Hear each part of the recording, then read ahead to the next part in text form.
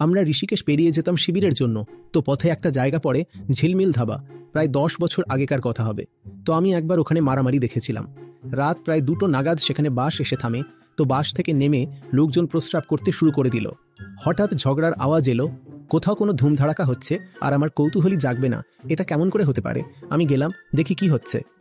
ধাবার মালিক বলছে, ভাই তোমরা সবাই এখানে খোলা জায়গায় প্রস্রাব করছো, আমার এখানে লোক দাঁড়াবে না দুর্গন্ধের চোটে। আমি ভাবলাম লোকটা তো ঠিকই বলছে, কিন্তু সে এইটুকু কথার জন্যই শুধু রাগান্বিত ছিল না। সে বলল, আমায় তো জানা ছিল তোমরা নামবে প্রস্রাব করবে, তাই আমি তোমাদের জন্য এখানে লাইন ধরে 6টা টয়লেট বানিয়ে রেখেছি, এগুলো ব্যবহার করে নাও। আমি গিয়ে দেখি সত্যি 6টা টয়লেট খালি পড়ে আছে। তো এখন তো ব্যাপারটা আরো মজার হয়ে উঠল। টয়লেট ফাঁকা, তাও সবাই বাইরে গিয়ে প্রস্রাব করছে, আর ওই যে মালিক ছিল ওখানে সে দুঃখে মরে যায়।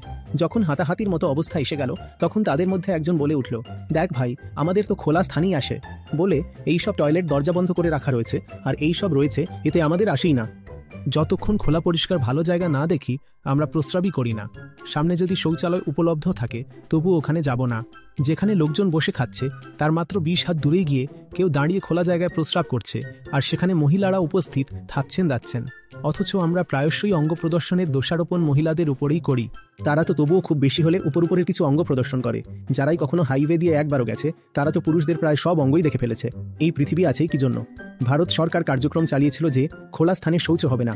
সেই প্রকল্প সফল হয়েও ব্যর্থ, কারণ তুমি বানিয়ে দিলেও তাও বলে যতক্ষণ আমরা দেশ দুনিয়াকে দেখে আর দেশ দুনিয়া আমাকে না দেখে, ততক্ষণ পর্যন্ত উপলব্ধ কিভাবে হবে সকালের কার্যক্রমের।